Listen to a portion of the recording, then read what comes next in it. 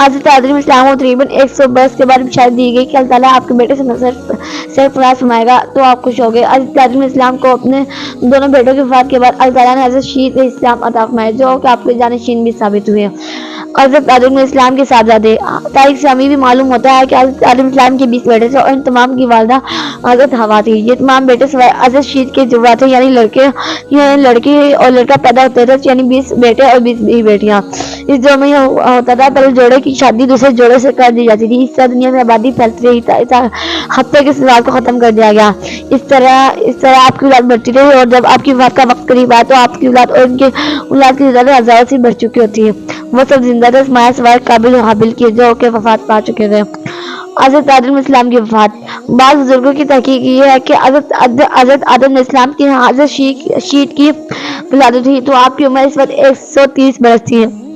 اس کے بعد آپ تقریباً 870 برس تک حیات رہے۔ بعض بزرگوں کا کہنا ہے کہ حضرت آدم اسلام نے اپنی 9 فرشتوں کو دیکھا ہے، کیونکہ اکثر بزرگوں کا خیال ہے کہ آپ کی عمر 930 برس بنتی ہے۔ جب حضرت نوح علیہ السلام کی ولد پیدا ہوئے تو حضرت آدم علیہ السلام حیات تھے، اور جب حضرت نوح علیہ السلام کے والد 11 برس کے تھے تو حضرت آدم علیہ السلام نے وصال فرمایا اور اس دوران اپنی اولادوں اور ان کی اولادوں کی اولادوں کو بھی دیکھا۔ دنیا اور جنت میں حضرت آدم کی قریر، حضرت کعب رضی اللہ عنہ فرماتے ہیں کہ جنت میں حضرت آدم علیہ السلام بارش ہوں گے اور آپ کی داڑھی مبارک سیاہ ہوگی۔ اسی طرح جنت میں حضرت آدم علیہ السلام کی ابو محمد اور دنیا میں ابو البشر ہے۔ حضرت آدم کا دائیں طرف دیکھ کر مسکرانا اور بائیں طرف دیکھ کر رونا۔ جب ہمارے پیارے آقا مولا محمد مصطفیٰ صلی اللہ علیہ وآلہ وسلم میلاد کے موقع پر حضرت آدم علیہ السلام سے ملا تو آپ آسمان پر تشریف فرما تھے۔ انہوں نے حضور نبی کریم صلی اللہ علیہ وآلہ وسلم دوسری باتوں اور عبادت نبی کے ساتھ سے خود شامل کی حضور صلی اللہ علیہ وسلم نے فرمایا جانے سے پہلے ہمارے جانے سے آپ دائیں تو دیکھا تو ہنسی جب بائیں دیکھا تو رو دیے۔ حضور انور صلی اللہ علیہ وآلہ وسلم فرماتے ہیں کہ میں نے جبریل سے دریافت کیا کہ جبرائیل آخر یہ معاملہ کیا ہے؟ حضرت جبرائیل علیہ السلام نے عرض کیا یا رسول اللہ صلی اللہ علیہ وآلہ وسلم یہ حضرت آدم علیہ السلام ہے اور دائیں اور بائیں ان کی اولاد کی روحیں ہیں۔ جب انہوں نے دائیں طرف والی روح کو دیکھا جو کہ جنتی ہے تو وہ ہنس دیا، جب بائیں طرف والی روح کو دیکھا جو کہ دوزخی ہے وہ تو رو دیے۔ حضرت آدم اسلام کا صالح اور وصیت، حضرت آدم اسلام کو تعالیٰ نے حابل اور قابل کی اموات کے بعد حضرت شیث سے نوازا تھا۔ شیث کے معنی آتی ہے ربانی۔ اس کی وجہ تسمیہ یہ بیان کی جاتی ہے کہ اللہ تعالیٰ نے حابل کے قتل کے بعد آپ کے افسردگی کو دور کرنے کے لیے نیک اور صالح بیٹے کی صورت میں حضرت شیث عطا فرمائے جو کہ آپ کے جانشین بھی تھے۔ جب حضرت آدم علیہ السلام کا قیامت آیا تو آپ نے پہلے بیٹے حضرت شیث علیہ السلام سے ایک عہد پختہ لیا اور انہیں دین اور شب کے اوقات میں عبادت کی تعلیم و تکلیم فرمائی۔ یہ بتایا کہ دین کے اوقات میں کون سی بات کرنا ہے اور شب میں کون سی عبادت کرنا ہے۔ تمام بنی آدم حضرت شیث علیہ السلام ہی کی اولاد ہے، کیونکہ باقی تمام اولاد آپ ہی کی اولاد ہے اور آپ ہی کو نبوت کا درجہ عطا ہوا ہے۔ یوم وصال، حضرت آدم اسلام کی ولادت کا یوم جمعۃ المبارک ہے۔ جب آپ کا سال ہو گیا تو ملائکہ جنت سے خوشبوات اور کفن لائے۔ ملائکہ نے حضرت شیث علیہ السلام سے تعزیت کی۔ اس کے بعد ملائکہ نے حضرت آدم علیہ السلام کی نماز جنازہ پڑھی اور اس میں 4 تکبیریں پڑھی۔ حضرت آدم علیہ السلام کے مدفن کے بارے میں کہا جاتا ہے کہ اسی پہاڑ کے نزدیک جہاں پر آپ کو اتارا گیا تھا، آپ کی وفات کے بعد آپ کے صاحبزادے حضرت شیث علیہ السلام نے باغ دو سنبھالے۔ حضرت شیث کو اللہ کریم نے نبوت سے سرفراز فرمایا تھا۔ حضرت آدم علیہ السلام کی عمر، حضرت آدم علیہ السلام کی عمر مبارک کے بارے میں اختلاف ہے کہ بعض بزرگوں کا کہنا ہے کہ آپ کی عمر 1000 برس تھی، بعض کا خیال ہے کہ 930 برس تھی۔ عام طور پر اسی پر یقین